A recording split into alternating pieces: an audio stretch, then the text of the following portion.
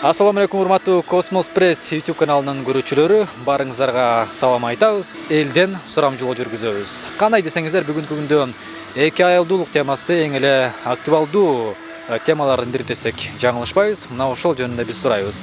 Экинчи аял болуп турмушка чыгат белеңиз, же болбосо мырзалардан сурайбыз, сиз эки аял аласызбы? Мына ошол жөнүндө биз коомчулуктан сурап көрөбүз. Анан дагы сиздин дагы пикириңиз абдан маанилүү, урматтуу көрүүчү, өз оюңузду комментарий бөлүмүнө жазганды, калтырганды унутпаңыз. Анда биз баштадык. Бүгүнкү күндө эки аялдуулук бул өзгөчө бир мындай талкууланган тема да. Сиз экинчи аял болуп турмушка чыгат белеңиз? Жок. Эмнеге? Билбейм, экинчи аял чыкпайт болчумун. Бул нерсеге сиздин көз карашыңыз кандай? Эки аялдуулук бул динде да бар да? Ар бир адам өздөрү чечет да, кандай эки аял, экинчи аял алып, экинчи аял болобу. Но лично мен өзүм экинчи аял болуп болчумун. Сиздин жолдошуңуз экинчи аялды алам десе кандай оюңузду айтмаксыз? Ала бер дейт элем, бирок мен кетет элем да.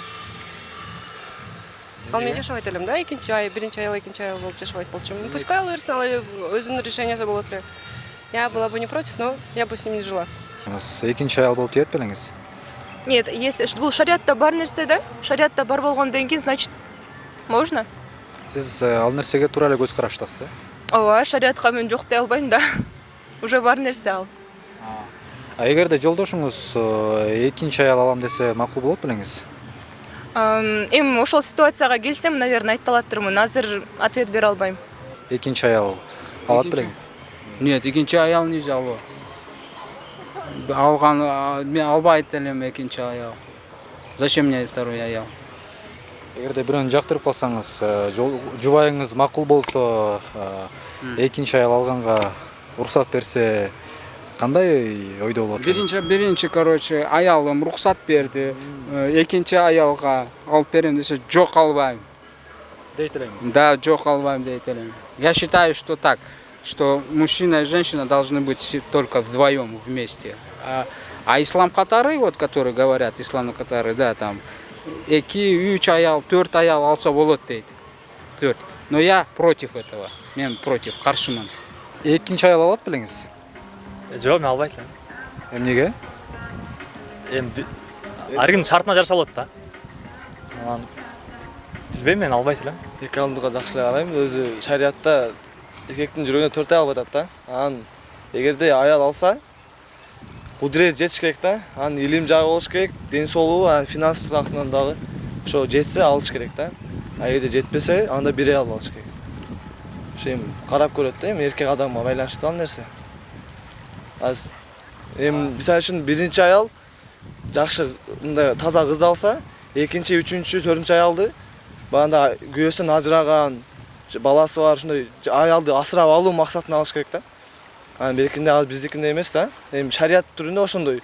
Ама мындай жакшы экинчи аялда жаш кыз алса мындай ага жакшы карабайм. Эгерде аялыңыз каршы болсо, ага кандай түшүндүрмөксүз?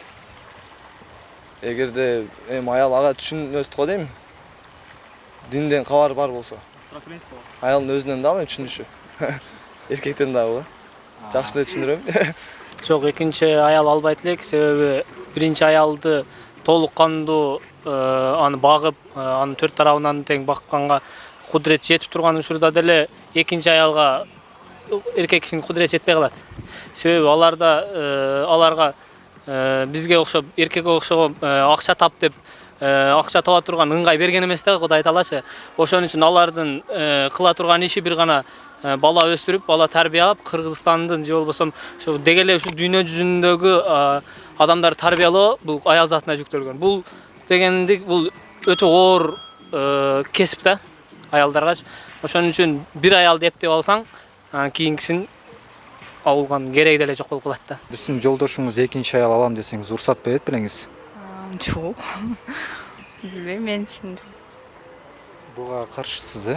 Мисалы да, мен билбейм.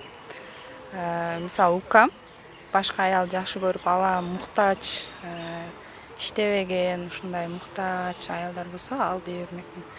Анан өзүнө тың болуп, анан үй бүлөсү башка болсо, билбейм. Муктаж аялдарды алса мүмкүн да.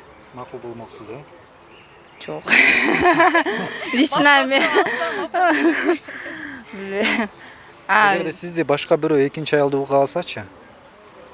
Аны сиз Мени жактырып калдыңыз. эми жашоо ар кандай. Мисалы да, эми балки мен да жаш болуп азыр жок деш мүмкүн. Жашоо ошол нерсеге апарып коет да. Мисалы мен азырынча мага жок. Экинчи аял алса макул болосузбу жолдошуңуз? Мен каршы болом. Эмнеге? Эми билбейм, жашоодо эми өмүр сүрөйүн дегенде бир адам менен сүргүм келет дейм. Допустим, мен бир адамды эки адамга бөлүп жашай албайм. Демек аны жактырып калса сизден дагы баш тартып кетет деп ойлойсузбу? Эми мени жактырса, изначально анын экинчи варианты болбош керек да. Значит, экинчи варианты болсо, ал мени, значит, сүйгөн деле эмес да. Экинчи выборго ою бар болсо. Туура айтасыз. Эгерде башка бирөө сиз жактырып калдыңыз, сизди ал да жактырып калды, экинчи аялды уга алам десе, сиз Ал турмушка мени чыга алам электен десе? мурун, ооба. Ал мени алам десе, жок. Өлүп баратсам дагы или мындай болбой баратсам дагы мен тибет болчумун. Эки аялды уга кандай карайсыз? Экинчи аял алат белеңиз? Эми каршыбыз. Ооба. Эми билбейм, эми биз ойдо эле болгон эмес. Пикириңиз? Эми Эки аял алгандарга кандай пикир айтасыз? билбейм, эми айтыш кыйын. Сиз каршысыз демек. Мен эми каршымын эми. Бир аялды багып ал дейсиз, бир. Ошондой, майнысы ошондойраак. Мына урматтуу көрүүчүлөр, бүгүн биз шаар тургундарынан эки аялдуулук боюнча сурамжылоо жүргүздүк. Ар кими өздөрүнүн түрдүү пикирлерин калтырды, кээ биркилери каршы болсо, айрымдары бул нерсеге туура эле көз карашты экен. Сиз дагы өзүңүздүн оюңузду адаттагыдай комментарийге жазыңыз. Кандай ойдосуз? Бул пикирге кошуласызбы? Эки аялдуулукка сиз кандай карайсыз? Кийинки сурамжылоодон көрүшкөнчө аман туруңуз.